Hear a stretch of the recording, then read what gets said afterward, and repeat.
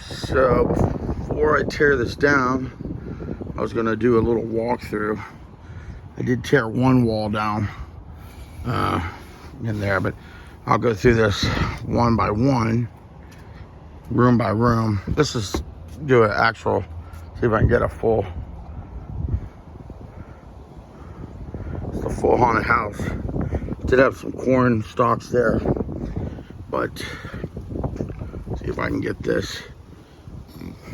This is the entrance, just a little pumpkin, some pumpkins on the ground, dark. Starts off relatively calm. This is the witch's room, which is basically the pinnacle of my entire haunted house. I did on the ground here, straw, mixture of straw, carpet, webbing on the wall. As you can see, these hung down. You couldn't really see them. Had the strobe light going. Turn that off before it dies. Okay, I had, again, this was the witch's table. I cut end table I had in half, used it in two spots. There's a Ouija board back there. I don't know if they saw it or not. Then this actually lit up, made some noise. Some spiders on the wall. I had multiple spiders for the posts. That was covered up, so I built a little shelf here, put some flowers, webbing, and then like a little urn.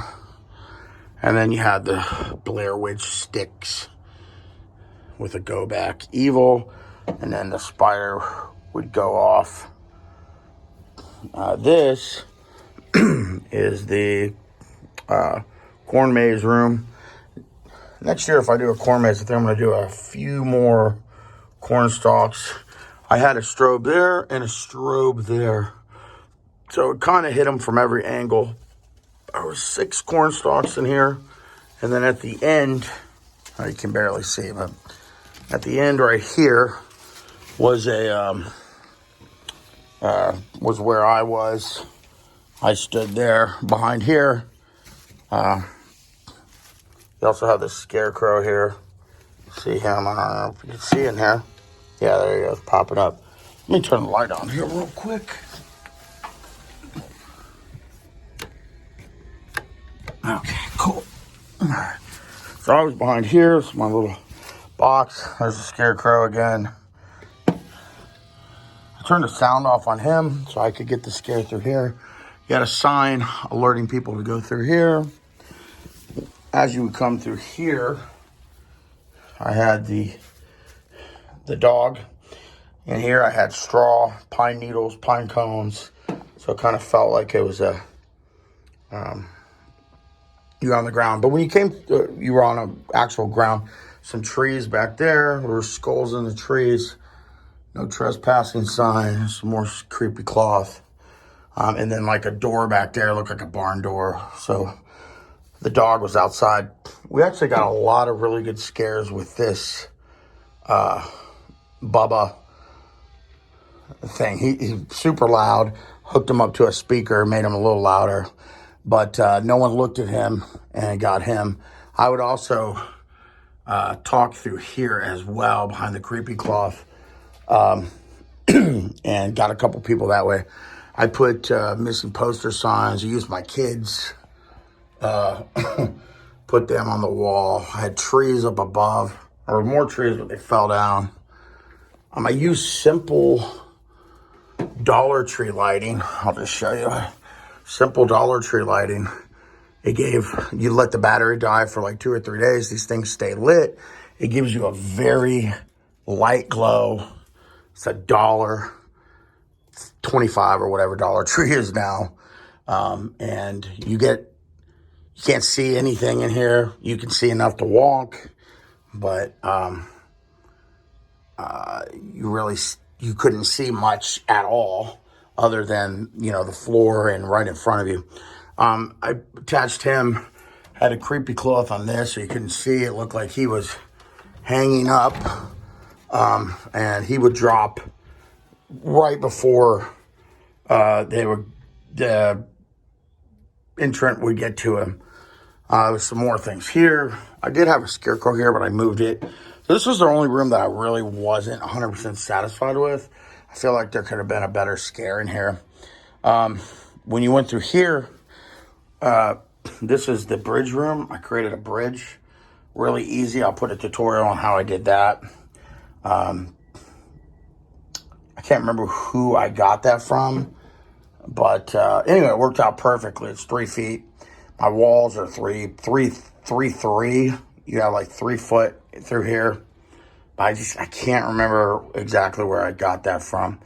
I mean, you have Bog Zombie at the end, but before you got to Bog Zombie, right here, I had a individual dressed up in a black suit against the wall. So when the people walked through, they walked through this side, and they couldn't see him. So he would jump out and scare them.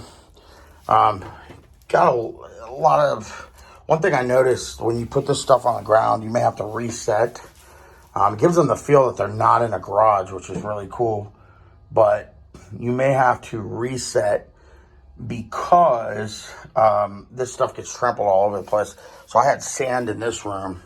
There was sand in here, but from this room right here, the pine needles and the hay got trampled into here. So I carried over. So I got a good...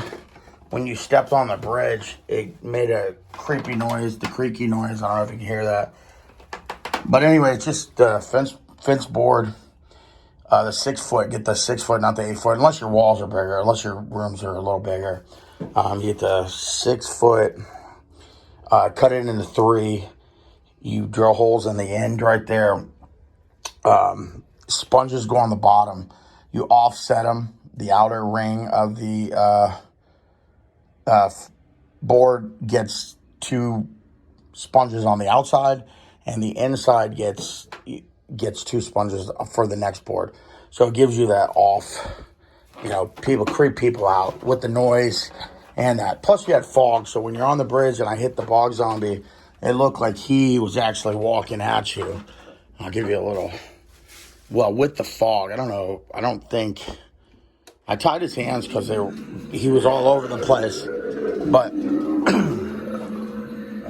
it looked like they were walking at him. So they were creeped out.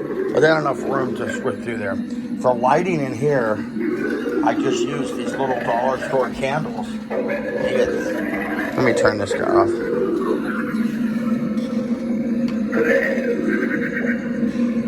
You get 3 of them in a pack for $1, obviously. $1.25. So I used those, and it gave like a nice, creepy, flickering, ominous lighting. Really couldn't see up here. I didn't have any light up here. I never ended up painting that, but you couldn't see it, and everything's below you. I had these hung all over the place, and this hung down, so it was all in people's faces, kind of like spider webs. This was black the other day, so you really couldn't see that. But it looked like he was tied up, which was kind of cool.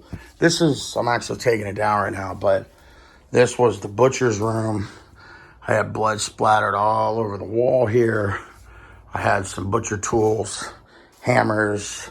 I had brains, body parts. I had different bodies. I had the freezer here.